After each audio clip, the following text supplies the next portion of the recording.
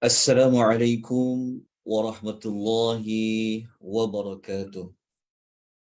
Alhamdulillahi rabbil alamin. Wassalatu wassalamu ala ashrafil anbiya'i wal mursalin wa ala alihi wa sahbihi ajma'in. Allahumma salli wa sallim ala nabiyyina Muhammad wa ala alihi wa sahbihi wa man tabi'ahum bi ihsanin ila yaumiddin, amma ba'd. Tuan-tuan dan puan-puan rahimani wa rahimakumullah, Assalamualaikum warahmatullahi wabarakatuh. Pertama-tamanya dan selama-lamanya kita mengucapkan rasa syukur kita, Alhamdulillah, sebanyak-banyaknya kepada Allah Azza wa Jal. Malam ini merupakan pertemuan yang pertama, siri yang pertama. Kita akan sama-sama insya-Allah akan membuat sesi ulang kaji sinopsis 30 juzuk Al-Quranul Karim. Kenapa kita namakan dia sesi ulang kaji? Yang pertama, sebenarnya tajuk sinopsis 30 juzuk ini sebenarnya sudah banyak tuan-tuan dan puan-puan ikuti. Sama ada tuan-tuan menghadirkan diri mempelajari secara langsung, dan di pasaran banyak buku-buku, kitab-kitab yang yang membicarakan tentang sinopsis 30 juzuk. Ada yang letakkan nama sinopsis 114 surah dan pelbagai. Oleh kerana itu, saya rasa lebih baik kita namakan dia sesi kepada ulang kaji. Mungkin apa yang saya akan sampaikan sepanjang pembelajaran kita yang kita sasarkan, insya-Allah kita cuba lakukan 5 atau 6 hari dalam seminggu sampailah kepada masuknya bulan Syaban. InsyaAllah, kalau ada mana-mana maklumat yang sama dan sebagainya, anggaplah ia sebagai pengukuhan.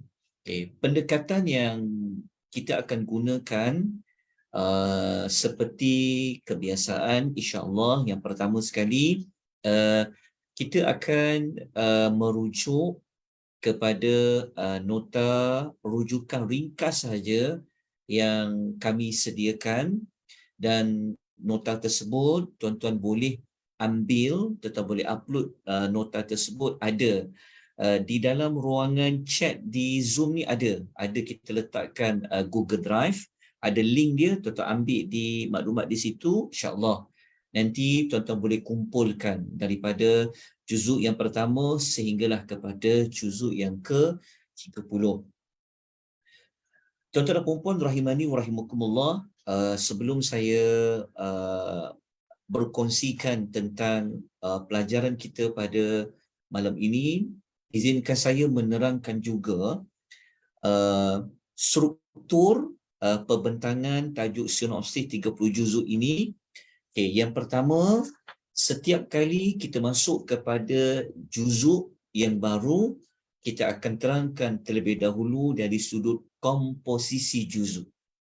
Komposisi juzuk ni maksud dia juzuk yang berkenaan merangkumi surah apa bagi membentuk juzuk yang berkenaan. Contohnya kalau macam juzuk 1, apakah komposisi juzuk 1 ini? Jadi setiap kali kita mengikuti sinopsis 30 juzuk ini, saya akan terangkan terlebih dahulu tentang komposisi juzuk. Kita akan sebutkan surah apa, kita akan sebutkan dari ayat berapa kepada ayat yang keberapa, dan kita akan sebutkan juga muka surat yang keberapa. Yang kedua, dalam sinopsis 30 juzuk ini, kita akan membentangkan tujuan utama bagi setiap surah yang membentuk juzuk berkenaan. Maksudnya, kita akan menerangkan tujuan bagi setiap surah. Contohnya suratul Fatihah, apa tujuan dia? Suratul Baqarah, apa tujuan dia? Surah Ali Imran, apa tujuan dia? Kenapa kita perlu mengetahui tentang tujuan surah? Ini kerana setiap surah yang Allah turunkan, dia mempunyai tujuan yang utama. Kalau tak ada tujuan, maknanya tak ada sebablah Allah turunkan Al-Quran. Ada sebab. Maka sebab itulah kita letakkan ia sebagai tujuan bagi setiap surah. Jadi sesiapa, kalau tuan-tuan boleh ikuti, sama ada secara langsung ke, kalau tak sempat ikut, tuan-tuan boleh mengikuti secara rakaman. Kita akan rakamkan di FB page Malaysia Tadabbur Academy. Tuan boleh lihat, kalau tuan-tuan ikuti sehingga penghujung, tuan-tuan akan dapat mengetahui 114 tujuan bagi kesemua surah di dalam Al-Quranul Karim. Okay. Yang ketiga, kita akan mempelajari tentang segmen bagi setiap surah. Okey, perkataan segmen ni dia merujuk kepada segmen ni, dia seperti istilah macam komponen ataupun bahagian-bahagian dia. Dalam erti kata lain, perkara yang ketiga, kita akan membicarakan tentang dari sudut dari sudut bahagian-bahagian dalam surah tersebut. Okey, bahagian-bahagian tu maksudnya kita akan carikan satu tema yang sesuai bagi setiap kumpulan ayat.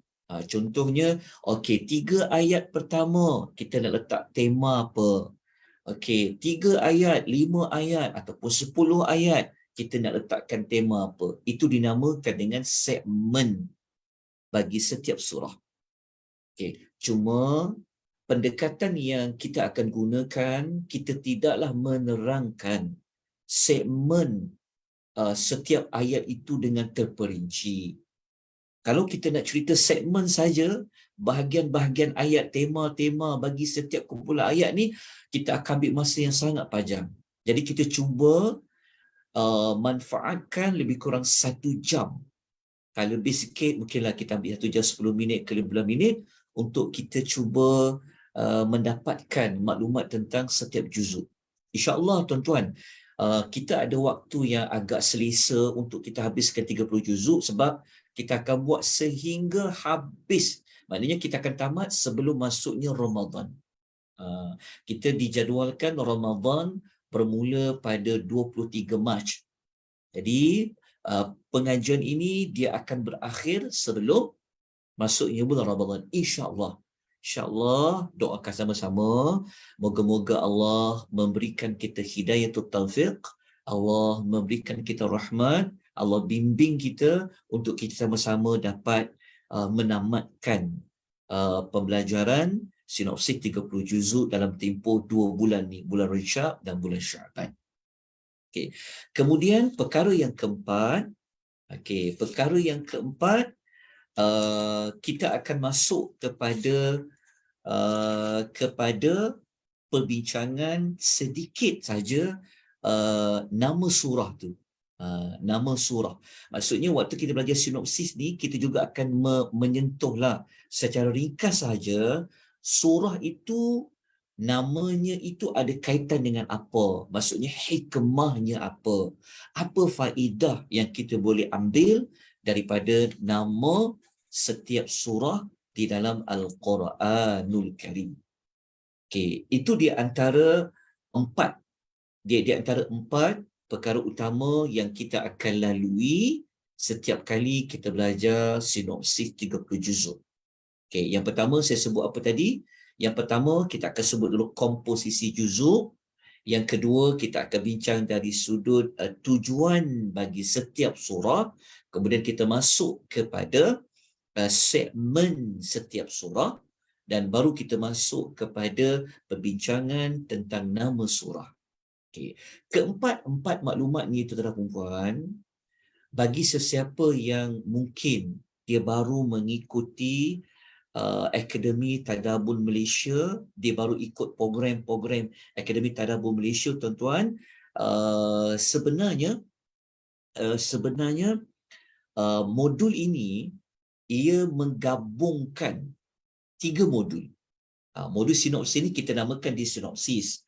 Tapi dekat dalam modul ni kita gabungkan sebenarnya 3 modul tu apa? Okey, modul pertama kita gunakan modul sinopsis 30 juzuk.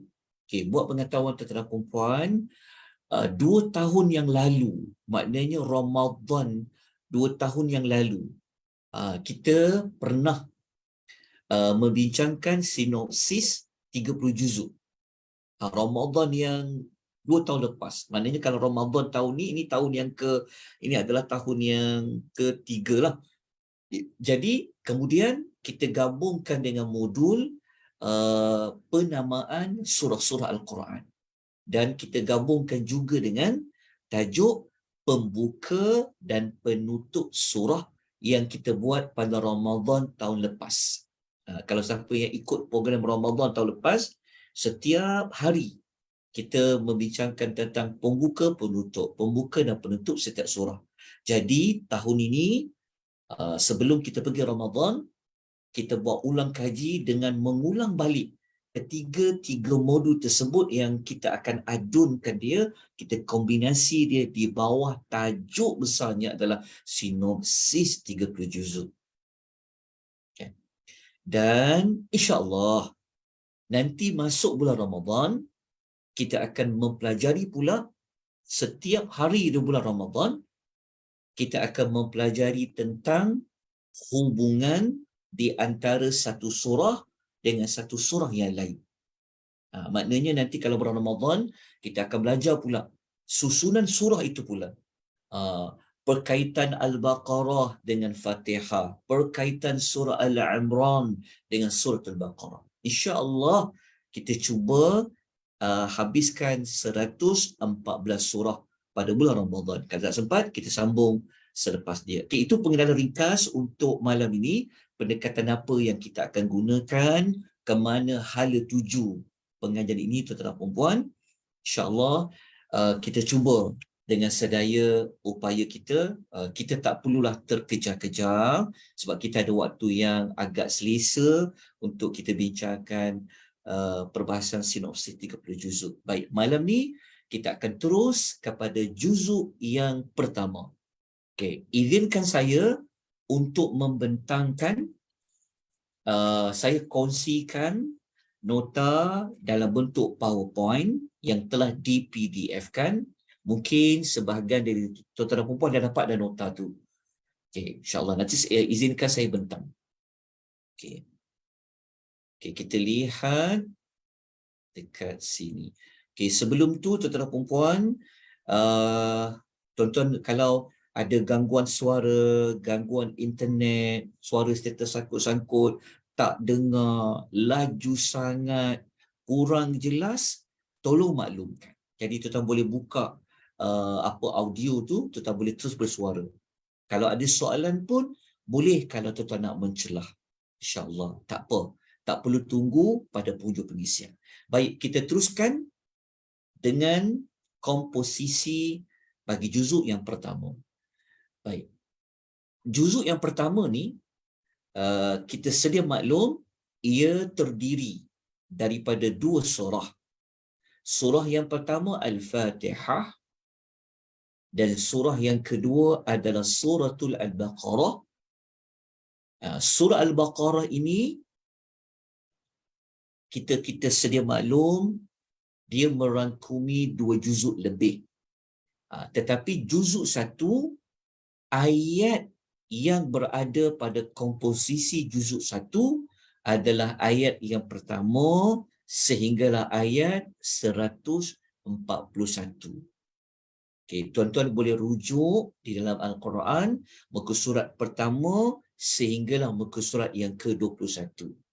Okey, ini bermakna juzuk 1 ia berada sehingga muka surat yang ke-21. Okay. Selesai untuk juzuk yang pertama, komposisi dia, kita teruskan dengan surah yang pertama, iaitu suratul Fatihah. Okay. Apa tujuan suratul Al-Fatihah? Surah Al-Fatihah yang ada, kita kata 6 ayat, 7 ayat ni. Saya terlupa, maafkan saya. Dekat nota ni saya tertulis 1 sampai 6. Kita baiki 1 sampai 7. Okey. Surah Al-Fatihah ni setelah dikaji oleh para ulama, mereka melihat setiap ayat, maka dicadangkan surah Al-Fatihah ini tujuan dia sebenarnya apabila kita baca surah Al-Fatihah, Allah nak kita ni kenal dia.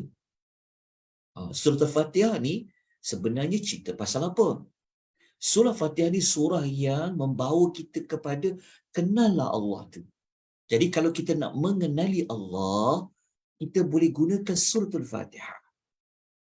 Selepas kita kenal Allah, dalam surah Al-Fatihah, Allah memberitahu kepada kita apa kewajiban yang kita perlu buat kepada Allah.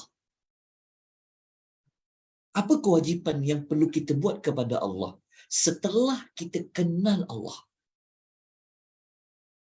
Jadi surah Fatihah ni, kata kunci dia, kenal Allah dan apa tugas, apa peranan, apa kewajipan kita perlu buat kepada Allah. Itulah tujuan surah Al-Fatihah. Okay. Kalau kita nak bincang lebih lanjut, agak panjang waktunya. Mungkin saya sentuh sikit saja. Mungkin ada yang bertanya, macam mana saya nak kenal Allah dalam surah Al-Fatihah?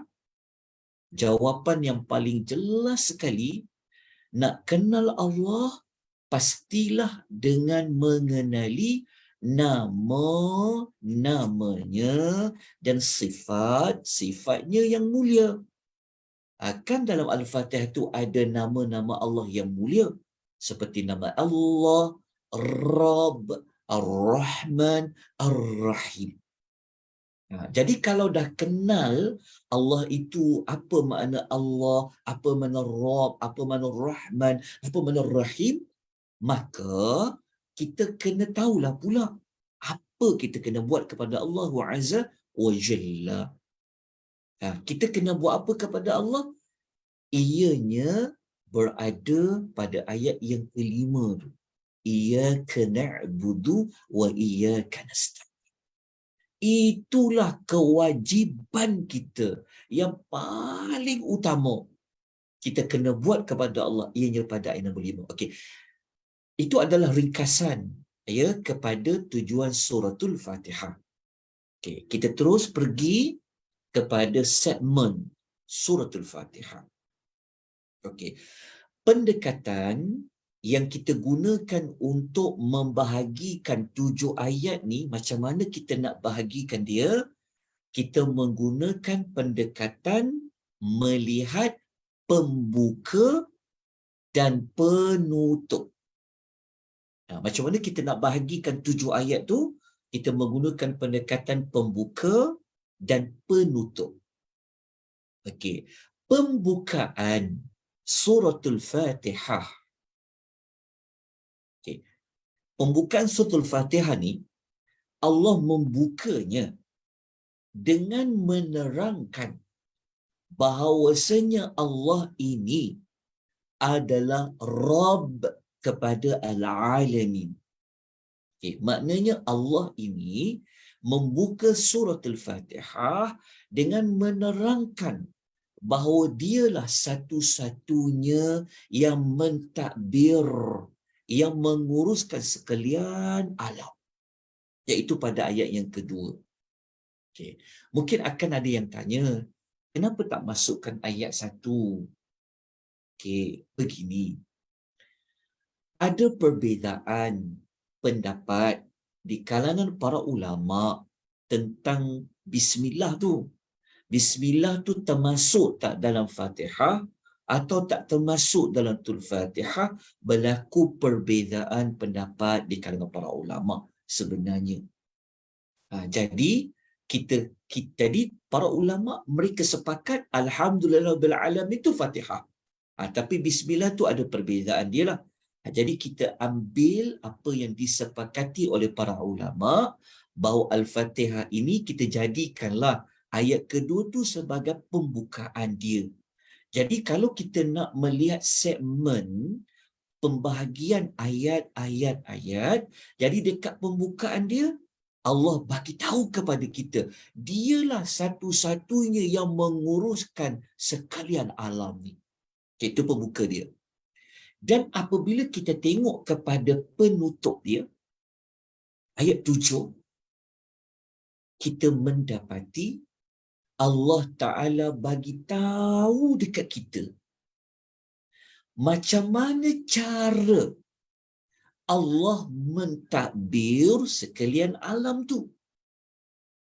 Kalau pembukaan tadi Allah bagi tahu dialah satu-satunya yang layak dipuji kerana dialah yang mentadbir sekalian alam. Kalau ada orang tanya, macam mana Allah mentadbir sekalian alam ni? Okey, sekalian alam ni yang penting adalah manusia lah. Jin pun sekalian alam, manusia pun sekalian alam. Okey. Jadi, dekat penutup surah Al-Fatihah, Allah ada menerangkan macam mana cara Allah mentadbir sekalian alam ini. Kita boleh lihat pada ayat yang ke-7. Ayat ke-7 tu tentang apa? Iaitu ayat yang Allah menyebutkan siratal ladzina an'amta 'alaihim ghairil maghdubi 'alaihim waladdallin. Okey. Jadi, dekat penutup surah Al-Fatihah tu sebenarnya Allah Taala nak beritahu kepada kita macam mana Allah takbir sekalian alam ini. Allah bahagikan ia kepada 3. 3 tu macam mana? 3 tu. Yang pertama, ada manusia ini Allah beri kepada dia nikmat. Itu an'amta alaihim. Allah ni, dia adalah kunci kepada segala nikmat. Kerana dialah mentadbir sekalian alam. Jadi, dalam sekalian alam tu, ada manusia yang Allah beri kepadanya nikmat. Itulah an'amta alaihim. Dalam masa yang sama, ada dalam sekalian alam tu, Allah murka kepada mereka. Dia dipanggil al-maghdubi alaihim. Dan ada dalam ramai-ramai sekalian alam tu, ada manusia yang dia telah tersesat. Itu dipanggil waladdallin, ad-dallin, sesat. 3 golongan manusia inilah yang dimasukkan dengan sekalian alam.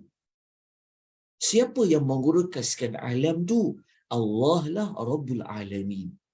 Jadi, kalau kita bahagikan segmen surah Al-Fatihah ini mengikut pendekatan pembuka dan penutup, kita dapatlah dia punya kesimpulan dia. Okay. Dan kalau kita gunakan pula pendekatan bahagi 2 pula. Yang tadi bagi 2 juga kan, pembuka penutup. Yang ini kita buat segmen dia dalam bentuk bahagian 1, bahagian 2. Kalau kita lihat dari sudut bahagian 1 Al-Fatihah, dalam ayat 1 sampai 4, Allah menyebut tentang apa? Puji-pujian. Kan kita puji Tuhan kan? Bismillahirrahmanirrahim. Sampailah kepada apa? Ayat apa? Maliki yaumiddin. Oh, kita puji 4 ayat pertama ni. Puji Allah tu. Apabila masuk pula pada bahagian yang kedua, iaitu ayat 5, 6 dan 7, kita boleh letakkan ia di bawah perbahasan. Dekat situ ada pula doa, ada pula permohonan. Jadi kalau kita gunakan pendekatan pembahagian ni, kita dapati, oh surah Fatihah ni kita boleh bagi dua lah. Bahagian yang pertama tentang puji-pujian kepada Allah. Bahagian yang kedua adanya doa. Boleh juga dapat untuk segmen bagi suratul Al-Fatihah. Okay. Jadi ini adalah perbahasan ringkas kepada segmen. Okay. Kalau kita nak pecahkan pula segmen ni kepada tajuk-tajuk yang lain, boleh buat macam ni juga. Boleh buat macam ni. Okay. Surah Al-Fatihah ni, kalau kita nak kalau kita nak macam kita nak lagi dia punya pembahagian itu, okay, kita boleh bahagikan dia kepada 3 tema. Okay, Al-Fatihah ni, tema yang pertama cerita tentang akidah, cerita tentang iman. Ayat 1 sampai ayat 5. Lepas tu dalam Fatihah tu pula ada tema tentang ibadah, iaitu ayat 5, iyyaka na'budu wa iyyaka nasta'in. Lepas tu tema yang ketiga dalam Fatihah ini ada menyebut tentang manhaj. Manhaj ni apa? Manhaj merujuk kepada panduan untuk hidup. Nak hidup ni perlu ada panduan. Dia ada kaitan dengan ibadah, dia ada kaitan dengan akidah. Okay, nanti saya akan buat perkaitan dia. Okay, sekurang-kurangnya kita dapat mengetahui, oh, segmen bagi surah Fatihah ini kita boleh gunakan kaedah pembuka, penutup, bahagian 1, bahagian 2, atau kita boleh pecahkan ia kepada tema seperti yang kita paparkan. Okay. Nak tahu tema ni perkaitan dia bagaimana? Okay, kita tengok slide yang berikutnya. Okay. Kalau kita susun tema tadi tu, segmen terbentuk tema tu, kita bahagikan dia boleh susunan dia macam ni. Okey, pertama ada topik tentang iman, tentang akidah. Ayat 1 sampai apa? Ayat 1 sampai ayat 65. Okey, apa berkaitan dengan tema ibadah yang ada pada ayat nombor 5? Iyyaka na'budu wa iyyaka nasta'in. Dia punya perkaitan dia adalah kalau dah ada iman, maka iman itu perlu diterjemahkan, perlu dibuktikan. Maka pembuktian iman itu ianya pada tajuk apa? Ibadah. Kenapa kita mengatakan Allah itu iyyaka na'budu wa iyyaka nasta'in? Kerana kita ada iman. Betul tak? Kalau kita dah ada iman, baru kita akan terjemahkan iman itu dengan bentuk ibadah. Apa berkaitan dengan manhaj pula? Tadi kita katakan ayat 6 dan 7 pasal panduan hidup. Apa berkaitan dengan ibadah dan akidah? Berkaitan dia adalah macam mana saya nak beribadah kalau saya tak ada contoh? Kalau saya tak ada guru mengajar saya? Betul tak? Macam mana kita nak buat ibadah? Macam mana kita nak sembah Allah, ya? Macam mana kita nak isakan Allah, ya? Macam mana nak minta tolong kepada Allah? Kalau kita tak ada cikgu yang ajar kita, kalau tak ada panduan kepada kita, kalau tak ada contoh-contoh dia, maka cikgunya itulah Rasul. Okey, panduan tu apa? Panduan dia apa? Ada panduan dia. Ada contoh tak orang yang pernah buat ibadat? Ada. Itulah dekat manhaj hidup. Okay, jelas tuan-tuan dan puan rahimani wa rahimakumullah. Okay, itulah suratul Fatihah. Okay, kemudian kita tengok lagi dia punya perkaitan dia, sebut sedikit perkaitan lain. Okay. Kalau tadi kita kata Al-Fatihah, fungsi dia adalah untuk kita mengenal Allah. Inilah akidah tadi tu, itulah iman. Kita kenal Allah, Allah tu siapa? Dia tu Allah, kita puji dia kenapa? Dia Rabbul Alamin. So kalau dah kenal dia, kita berkewajiban beribadah kepada dia. Seperti apa? Mentauhidkan dia. Tapi nak mentauhidkan Allah macam mana? Maka kita perlu tahu cara nak beribadat kepada dia. Itulah serba sedikit ringkasan kepada perbahasan bagi suratul Al-Fatihah. Kita tak buat tadabbur ya tuan-puan ya. Kalau buat tadabbur memang panjang nak kupas Al-Fatihah. Tapi tajuk ingat, jangan lari pada tajuk. Tajuk kita hanya untuk bincangkan sinopsis sahaja. Okey, dah selesai untuk surah Al-Fatihah. Belum habis lagi juzuk 1 sebab baru suratul Fatihah. Baru kita masuk kepada suratul Baqarah. Tapi sebelum masuk kepada Al-Baqarah, seperti saya sebut tadi tu, saya nak buat sepitan lalu je. Okey, ada apa pada nama Al-Fatihah tu? Okey, kita sedia maklum. Al-Fatihah ni ada banyak nama berdasarkan kepada ayat Quran dan juga hadis. Okey, daripada banyak-banyak nama ni, kita nak ambil nama Al-Fatihah itu sendiri, iaitu pada nama yang pertama. Okey, kenapa dengan Fatihah tu? Fatihah tu maksud apa? Fatihatul Kitab, pembuka kepada Al-Quran, pembuka kitab. Okey, kenapa dengan nama Fatihah tu? Allah nak bagi tahu apa? Okey, pembuka iaitu Al-Fatihah tadi tu, ia merujuk pada dua sudut. Pembuka yang pertama merujuk kepada penulisan. Sebab itu kalau tuan-tuan buka Al-Quran, tuan-tuan akan jumpa dulu Al-Quran dibuka, dimulakan dengan surah apa? Dengan suratul Fatihah.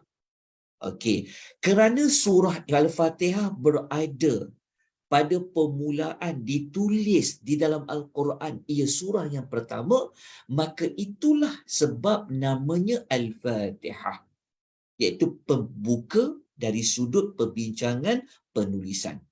Makna yang kedua, Al-Fatihah itu adalah dari sudut pembuka, dari sudut nak baca Al-Quran.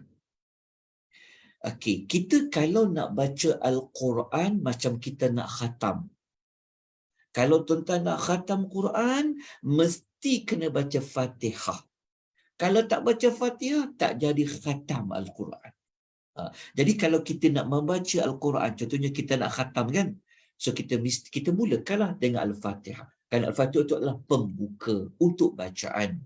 Macam tu juga kata para ulama, membuka Al-Fatihah itu juga merujuk kepada bacaan yang wajib dibaca di dalam salat, kita baca suratul Fatihah. Okey, ini adalah penjelasan ringkas untuk penamaan surah. Kerana modul nama surah ni kita telah lalui sebelum ni. Jadi saya cuma ulang balik untuk mengingatkan kita kenapa ia nama suratul Fatihah. Okey, jadi tuan-tuan dan puan, rahimani wa rahimakumullah, saya mohon maaf sebab tak sempat nak bincangkan nama Ummul Quran, Sab'ul Mathani, Alhamdu, As-Salatu, Al-Quranul Azim. Kerana modul ini bukan untuk bincang nama surah, tapi kita ambil sedikit sahaja daripada nama tu. Okey, moga-moga tuan-tuan jelas. InsyaAllah kita teruskan dengan surah Al-Baqarah. Okey, setakat ni tuan-tuan boleh ikuti tak dengan baik? Tuan-tuan boleh faham? Jelas? Ada apa-apa nak tanya? Boleh Ustaz, jelas. Okey. Yang lain tuan-tuan dan perempuan boleh ikuti tak? Dapat tak nota? Boleh Ustaz, boleh.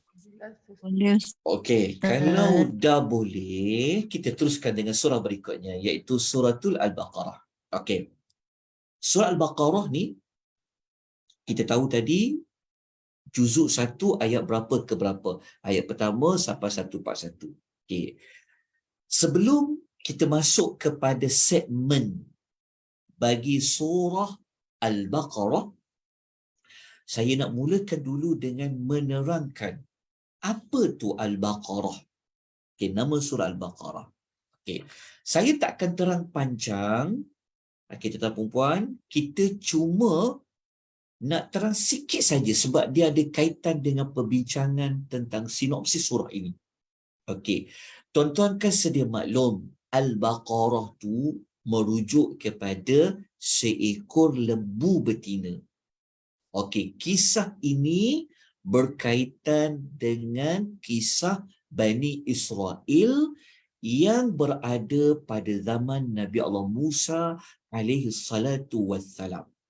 Jadi kalau tuan-tuan nak tahu kisah itu dengan lebih lanjut, tuan-tuan kena buka ayat 68 sampai ayat nombor 73. Okey, ayat 68 sampai ayat 73. Jadi kalau tuan-tuan nak tahu dia punya carta alih dia, ayat 68 sampai 73 tu cerita tentang apa?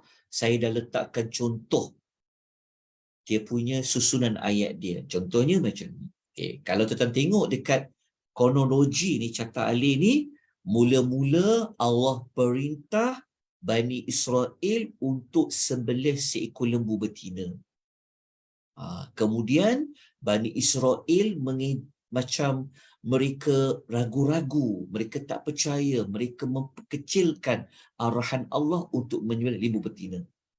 Sampailah kepada mereka tanya umur lembu tu, kemudian mereka tanya warna lembu tu, dan mereka tanya tentang tugas lembu tu pula, pernah guna untuk apa. Dan akhirnya mereka berjaya juga setelah berhempas pulas mencari seekor lembu tersebut. Okey, kenapa lembu itu perlu disembelih?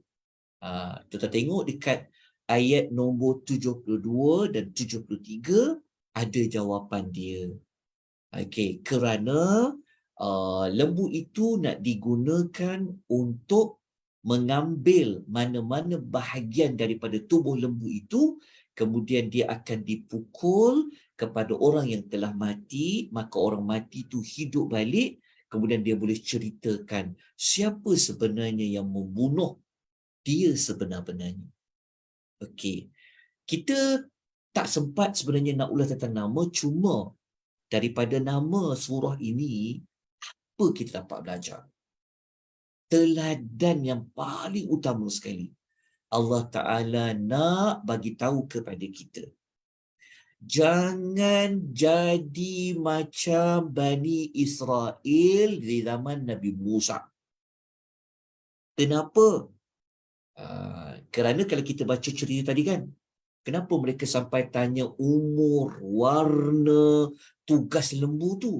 Sebenarnya mereka memang tak nak tunaikan perintah Allah menyembelih seekor lembu betina. Jadi, teladan untuk kita adalah, kalau kita pula, kita kena patuh. Kita kena buat apa yang Allah perintahkan. Tak perlu nak ragu-ragu, tak perlu petikai. Kita kena tunduk dan kita kena bersegera. Jangan tangguh-tangguh. Tak perlu tanyalah warna dia apa, umur dia apa. Dalam menunaikan segala perintah Allah Subhanahu wa Ta'ala. Okey, habis tentang nama. Kenapa saya terangkan dengan nama? Apa berkaitan dengan sinopsis? Ada perkaitan dia. Okey, dah selesai tentang nama surah Al-Baqarah. Sekarang kita pergi kepada tajuk tujuan Suratul Baqarah. Okey, tuan-tuan dan puan-puan. Okey, kerana surah Al-Baqarah ini dia membentuk 2 juzuk lebih, maka ketika mana kita bincang juzuk yang kedua dan ketiga nanti, kita akan gunakan kembali tujuan suratul Baqarah yang kita bincang pada malam ni. Okey, jadi surah Al-Baqarah ni tujuan dia apa?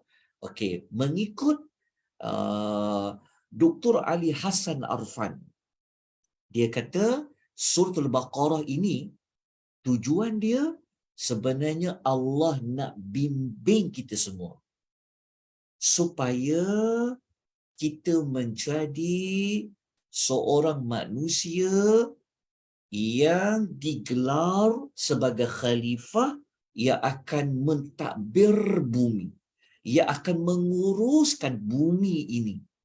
Itulah tujuan suratul Baqarah. Okay. Suratul Baqarah yang 2 juzuk lebih ni kita akan belajar nanti, termasuk juzuk pertama ni, sebenarnya Allah Ta'ala nak bagi panduan kepada kita, Allah nak bagi tahu kepada kita kenapa kamu ni dihidupkan berada di atas muka bumi. Okay. Allah nak bagi kepada kita panduan. Allah nak suruh kita menjadi seorang khalifah yang benar-benar ikut Allah, taat pada Allah, patuh pada Allah. Jangan ikut macam kisah penyembelihan lembu betina daripada kumpulan Bani Israel. Okay, itu tujuan bagi suratul Al-Baqarah. Okay, dapatkan dulu tujuan, nanti waktu kita bentang segmen nanti, kita akan dapat lebih jelas lagi perbincangan tentang suratul Al-Baqarah. Okay, dah jelas, kita lanjutkan dengan tajuk segmen bagi surah Al-Baqarah. Okay, segmen surah Al-Baqarah ini, tuan-tuan puan, kita maksudkan adalah pada juzuk 1 saja. Ya, kita bukan buat segmentasi bagi 286 ayat, tidak. Tapi kita hanya fokus juzuk 1. Ingat juzuk 1 tadi, ayat berapa ke ayat berapa? Ayat pertama sampai ayat 141. Itulah juzuk 1. Okey, nak tahu juzuk 1 ini mengandungi maklumat apa? Okey, mari kita lihat segmen dia. Okay. Kalau kita menggunakan pendekatan pembuka dan penutup. Pembuka penutup di sini, kita tengok pembuka juzuk 1 dengan penutup juzuk 1. Okay. Kalau kita lihat, kita tengok ya, perhatikan baik-baik. Sebab tu ulama bahagikan juzuk-juzuk ni memanglah mudah untuk hafal, mudah untuk kita berhenti. Sebenarnya pada setiap juzuk ni, dia ada cerita dia. Dia ada maklumat yang tertentu. Jadi kalau kita baca juzuk 1, kan, kita akan dapat tahu dengan melalui segmen ni, kita akan dapat mengetahui, oh juzuk 1 ni rupa-rupanya mula pasal apa, tamat pasal apa.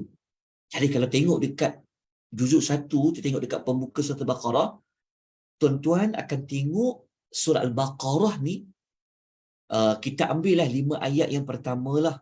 Ayat 1 sampai ayat 5, tuan-tuan akan menemukan Allah buka dengan Allah buka surah Al-Baqarah ini dengan menyebutkan ciri-ciri orang yang bertakwa. Itu ciri-ciri orang yang beriman. Itu dekat pembuka bagi surah Al-Baqarah, kita letakkan dia juga dengan juzuk yang pertama. Dan apabila kita baca ayat 1 sampai 5, baca sampailah ayat 124 sampai 141, ayat 141 ni dah penutup dah juzuk 1. Ia sebenarnya ada kaitan dengan Nabi Ibrahim alaihi salatu wassalam. Okey. Tapi dalam perbincangan ni, pengajian ni, saya tidaklah senaraikan panjang lebar pula. Dalam ayat 124 sampai 141, kisah Ibrahim tu kisah apa? Yang ini perlukan masa yang panjang, tuan-tuan. Tetapi cukup untuk kita mengetahui kumpulan ayat 124 sampai 141 ni cerita apa? Kisah Nabi Ibrahim. Lepas tu pula, kalau kita gabungkan penutup juzuk 1, Allah tutup dengan kisah Nabi Ibrahim. Dan dibuka juzuk 1, iaitu dalam surah Al-Baqarah, Allah buka tentang sifat ciri orang yang bertakwa. Jadi kalau kita gabungkan antara sifat orang yang bertakwa menjadi pembuka surah Al-Baqarah dan kita gabungkan dengan penutupan penutupan juzuk 1 kisah Nabi Ibrahim. Apa maklumat tuan-tuan boleh dapat? Kita dapat maklumat apa?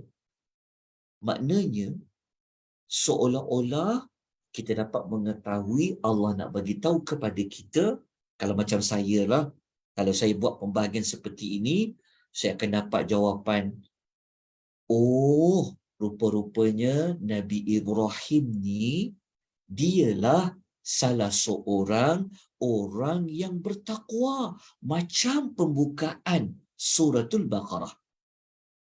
Itu satu sudut.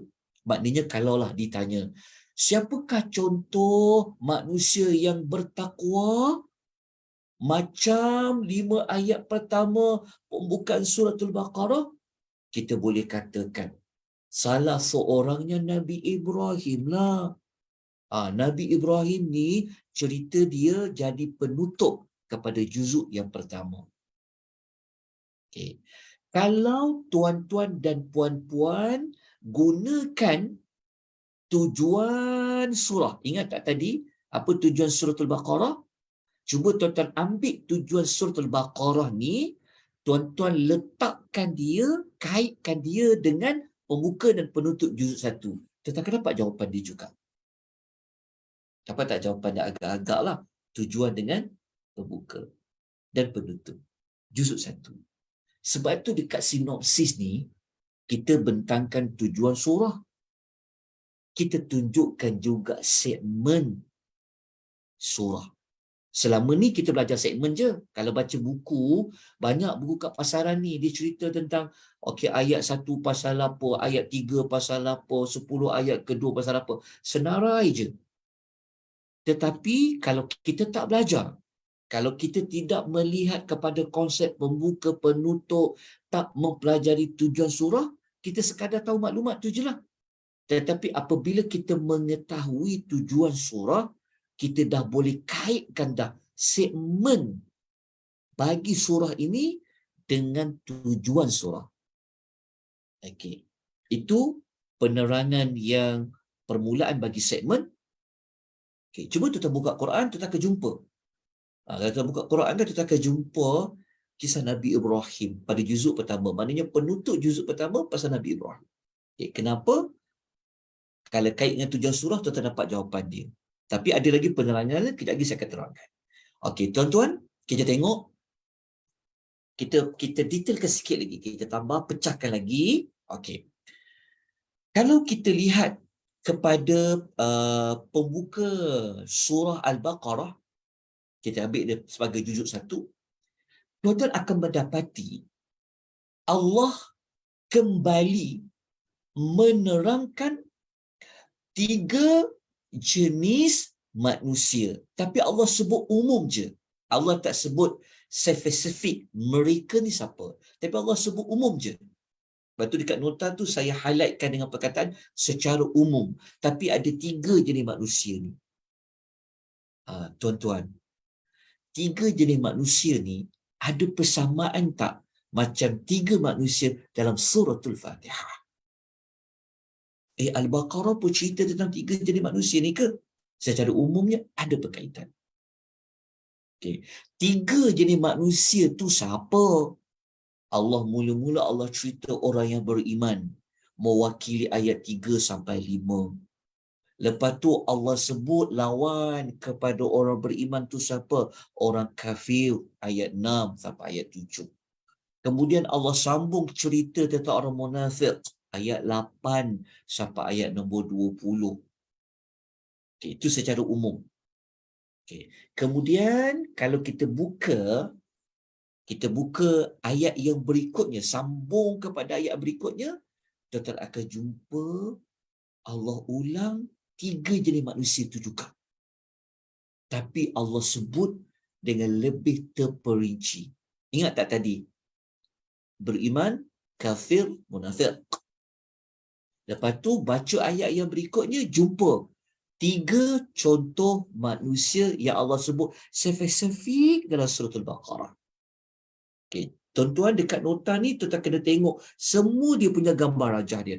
Anak panah tu tunjuk kat mana. Tuan-tuan kena tengok semua. Jangan tertinggal. Okey. Kalau kita baca ayat 30 sampai ayat 39, Allah mulakan kisah Nabi Adam. Kisah Nabi Adam. Tuan-tuan, Nabi Adam ni kan makhluk pertama kan?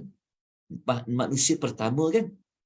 Dan menariknya, kisah pertama dalam Quran kisah apa agak-agak? Dalam banyak-banyak cerita dalam Quran, cerita apa paling pertama Allah sebut dalam Quran? Agak-agak. Kisah Nabi Adam lah. Adam manusia pertama. Dan kisah dia pula menjadi kisah pertama di dalam Al-Quran. Sebab Al-Baqarah kan surah pertama. Surah kedua. Awal-awal Allah sebut kisah Nabi Adam. Okey. Kemudian, di antara kisah Nabi Adam ni, selepas kisah Nabi Adam, Allah sebut ayat panjang. Bermula ayat 40 sampai 123.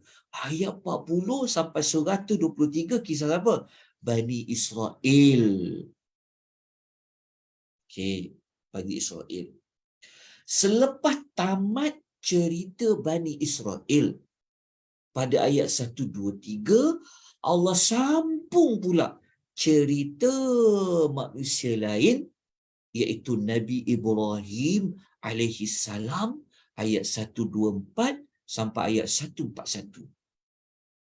Dan kita telah sebutkan tadi, penutup juzuk 1, Allah tutup tentang kisah Nabi Ibrahim. Okey. Sebelum kita lanjutkan, kita ambil masa sekejap untuk memikirkan kenapa Allah sebut 3 jenis manusia ni dalam surah Al-Baqarah ni.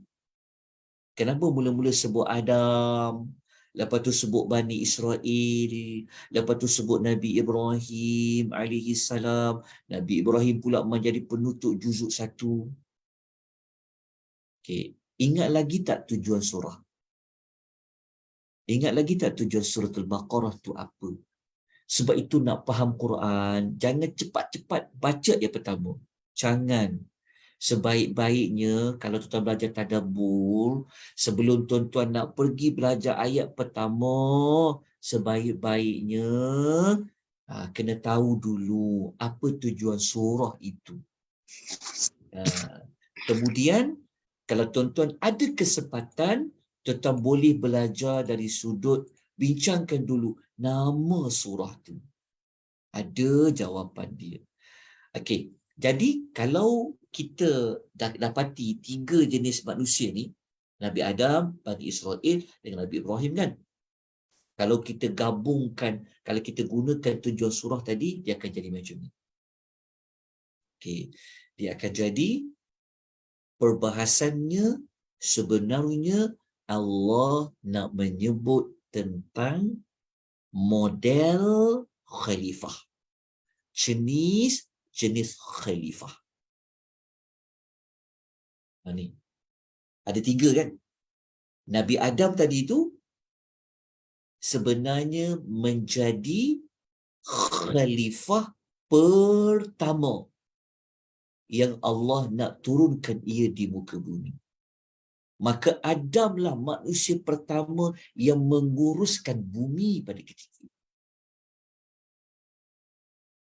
Kemudian Allah sebut tentang Bani Israel. Kenapa peletakan Bani Israel di sini? Kalau kita kaitkan dengan tujuan surah Al-Baqarah, maknanya Allah nak menunjukkan khalifah yang gagal. Manusia yang tidak layak untuk menguruskan alam ni. Manusia yang teruk menguruskan alam ini adalah Bani Israel. Ingat lagi tak nama surah Al-Baqarah tu? Kisah siapa? Kisah Bani Israel.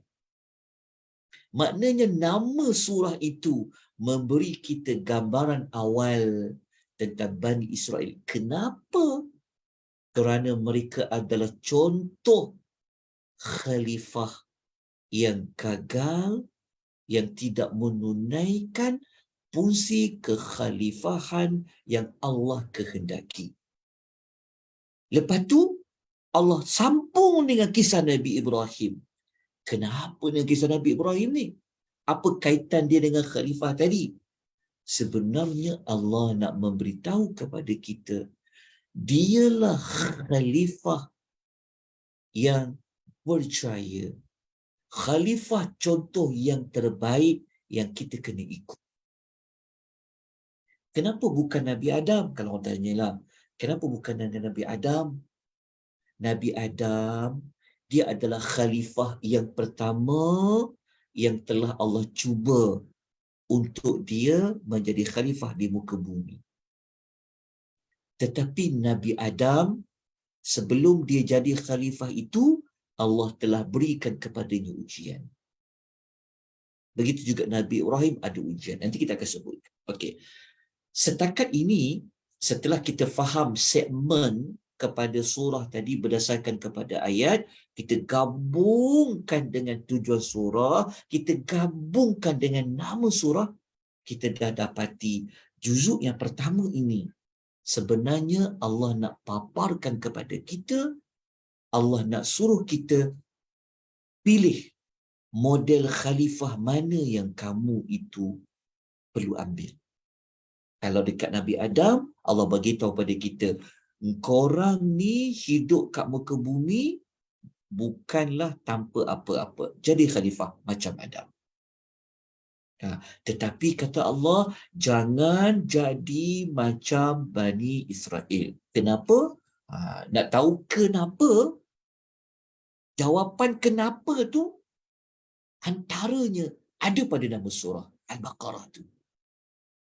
Oh, iyalah. Patutlah nama surah itu Allah paparkan. Kenapa? Sebenarnya Tuhan kata, jangan jadi macam Bani Israel. Okay, kalau tak jadi macam Israel, nak jadi macam siapa? Jadilah macam Ibrahim. Ibrahim ni dia buat apa? Tuan-tuan kenalah baca daripada ayat 124 sampai 121. Tuan-tuan akan dapati Nabi Ibrahim ni, kenapa dia layak, kenapa dia jadi contoh khalifah yang percaya. Jadi kena pecahkanlah ayat-ayat dia tadi tu. Sebab tu saya kata, dalam modul ni, kalau kita nak pecahkan ayat 124 pasal apa, 25 pasal apa, 27, memang tak sempat waktu. Tapi dengan kadar ini, moga-moga memberikan kita jawapan. Selama ni kita nak tadarus, kita nak baca Quran, masuk lepas Fatihah, masuk juzuk 1, sebenarnya Allah Ta'ala nak bagi tahu apa kita perlu buat, kita kena jadi apa. Sekurang-kurangnya dengan modul kita belajar ni, kita tahulah sedikit sebanyak kenapalah pada surah Al-Baqarah tu. Okay. Kemudian saya ada detailkan sikit lagi maklumat dia. Okay. Dalam nota ni saya ada tunjukkan contoh untuk menguatkan Nabi Adam tu sebagai khalifah yang pertama sekali. Kita tahu dalam ayat 30 Allah memang menyebutkan kepada para malaikat, Allah nak jadikan di muka bumi ini seorang khalifatan, iaitu Nabi Adam. Okay. Kemudian Nabi Adam ni, sebelum Allah nak turunkan dia ke muka bumi, dia perlu melalui sesi latihan. Dia kena training dulu. Apa training dia?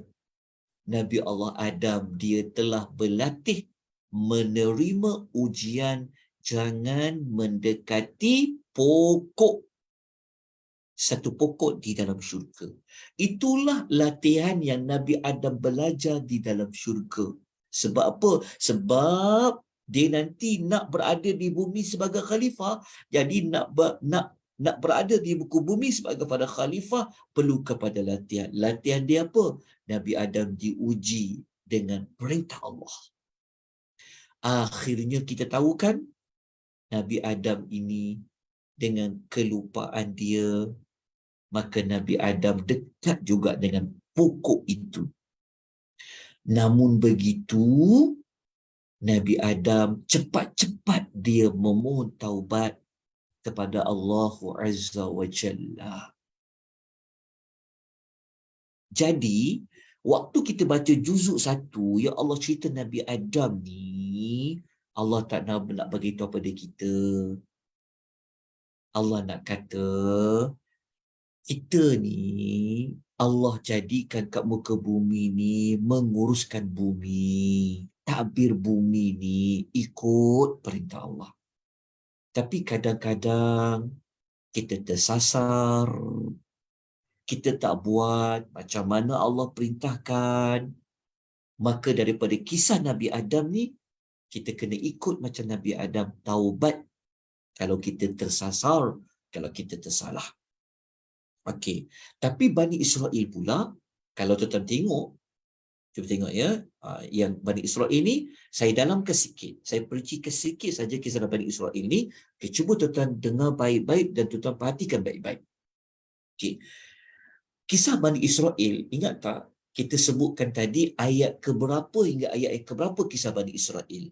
Kalau tuan-tuan masih ingat, kita sebut tadi, kisah Bani Israel pada juzuk yang pertama, dia berada pada ayat nombor 40 sampai 123. Juzuk pertama. Okay, jadi kalau kita pecahkan pula, kalau kita buat set pembahagian kisah Bani Israel kepada 2, maksudnya kita ambil bahagian macam ni. Dekat pembukaan kisah Bani Israel, kita ambillah bermula ayat nombor 40 tu, tuan-tuan akan mendapati Allah memulakan kisah Bani Israel dalam juzuk 1 dalam surah Al-Baqarah itu dengan Allah mengingatkan tentang nikmat-nikmat yang Allah bagi. Sebab tu kita akan jumpa pada ayat nombor 40 tu, Allah menyebut tentang apa? Ya Bani Israel zkuru ni'mati allati an'amtu alaikum. Allah mengajak Bani Israel ini supaya jadi orang yang bersyukur. Tunaikan perintah Allah dengan mengenang nikmat-nikmat yang Allah bagi. Dan menariknya juga, ketika kita baca penutupan kisah Bani Israel pada juzuk yang pertama, kita ambillah ayat 122 dan dekat-dekat dengan 123 lah. Boleh jadi sebagai penutupan, sekali lagi Allah mengingatkan kepada Bani Israel, Ya Bani Israel al-kuru ni'mati allati an'amtu alaikum. Allah mengingatkan tentang nikmat kepada Bani Israel. Tuan-tuan nak tahu, Bani Israel ni, apa nikmat di antara nikmat dia? Antara nikmat yang banyak Allah bagi kepada Bani Israel ini adalah mereka mendapat ramai para rasul. Rasul yang paling banyak Allah hantar kepada golongan manusia adalah kepada Bani Israel. Itu di antara nikmat besar yang Allah bagi kepada Bani Israel. Jadi kalau tuan-tuan nak tahu nikmat-nikmat lain, tuan-tuan kena bukalah ayat 40 sampai 123. Kita akan jumpa Allah sebut nikmat mereka berjaya daripada kezaliman Fir'aun. Mereka berjaya melarikan diri lintas laut daripada dikejar oleh Fir'aun. Okay. Itulah kisah Bani Israel yang kita boleh buat ringkasan dia, gunakan penutup dan pembuka dan penutup kisah Bani Israel. Kita akan dapati Allah meminta kepada mereka mengenang nikmat yang telah Allah berikan kepada Bani Israel. Selesai kisah Bani Israel, baru kita masuk kisah Nabi Ibrahim.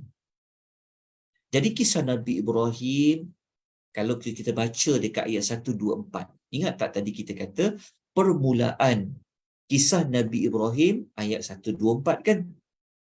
124.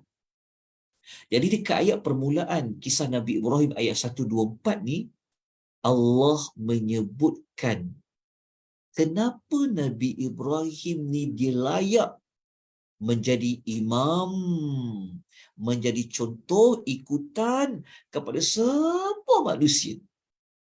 Ada pada ayat 124 permulaan kisah Nabi Ibrahim. Allah kata apa? Ayat 124 Allah kata, wa idzi batala Ibrahim rabbuhu bikalimatin fa'atammahunna. Okey, Nabi Ibrahim ni tuan, apa saja ujian yang Allah bagi kepada Ibrahim, Ibrahim lulus. Ibrahim buat. Ibrahim tunaikan. Apa bentuk-bentuk ujian tu? Antaranya, ingat tak kisah Nabi Ibrahim kena sembelih anak dia? Ibrahim telah percaya melalui pelbagai ujian dari Allah Azza wa Jalla. Kerana dia telah berjaya itulah, maka Allah kata, qala inni ja'iluka lin-nasi imama. Allah mengatakan, sesungguhnya Ibrahim, aku nak lantik kau jadi imam, jadi pemimpin yang diikuti oleh manusia.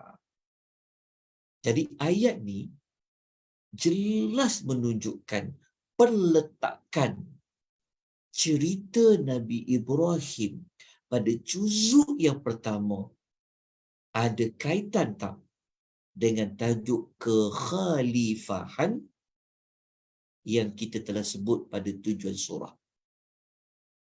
Jadi, kalau kita berhenti dekat juzuk 1, apa kita dapat belajar? Ni kita nak faham Quran ni.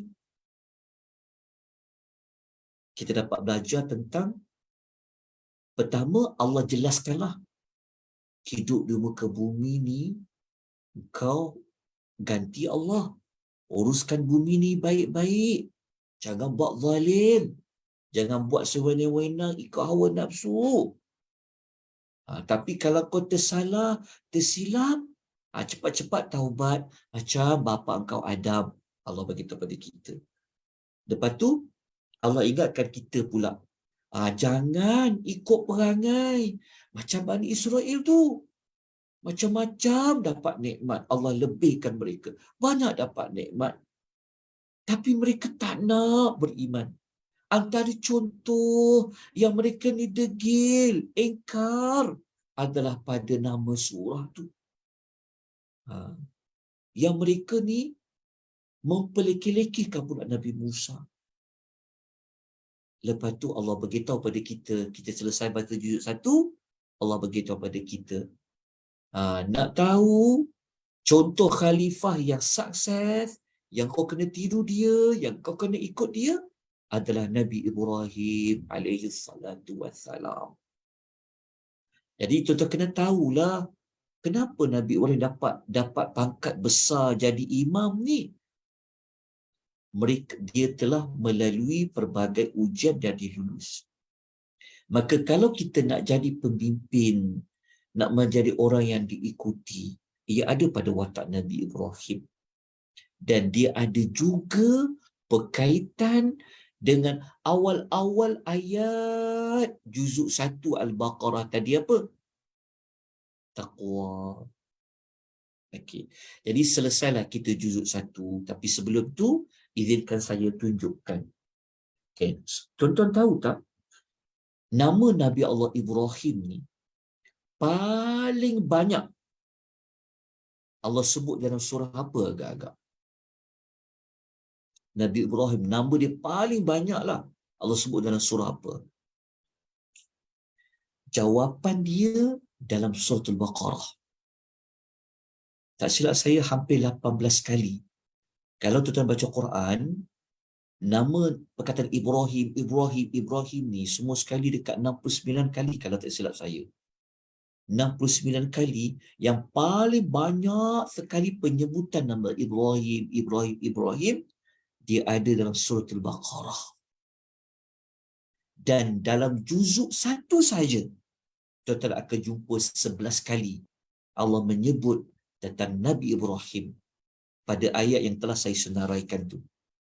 Ayat 124 ada, 125 ada 2 kali, 126 ada sekali, 127 ada, sampailah ayat 100 yang ke-40.